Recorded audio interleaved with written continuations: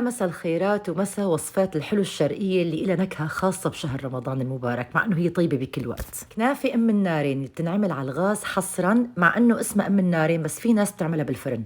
عملوها بهاي الطريقة رح تشوفوا كنافة ما بقى أطيب من هيك. استخدمت هالمرة أطباق ألمنيوم دائرية صغيرة، فيكن تستخدموا صواني الفرن بس حصرا تكون دائرية أسهل بكتير.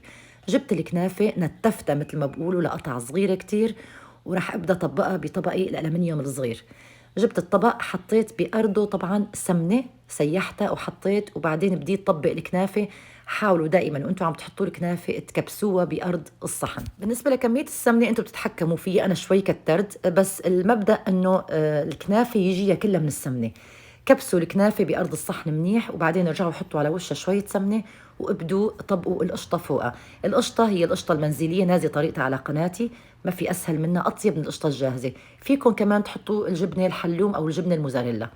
بنرجع بنحط طبقه كنافه، وكمان بنضيف شويه سمنه، بنرجع بنكبس بايدنا وبنحاول نلملمها هيك على بعضها، ما يضل شيء على الاطراف مشان يطلع شكلها الدائري الحلو ومتناسق. بنحطها على نار هاديه، ما بصير نار عاليه، وتدوير مستمر بايدنا. الصحن بده يضل يدور على النار المده لكل طرف مو اكثر من 5 دقائق. بيبدا بيحمر اطرافها بس ما تخلوها اكثر من 5 دقائق، وبنقلبها على الصحن الثاني وبنكرر نفس العمليه تدوير مستمر.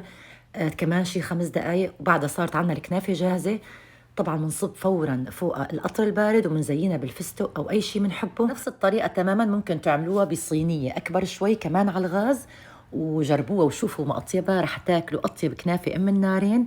ولا تنسوني من دعمكم، نلتقي بوصفات جديده باذن الله.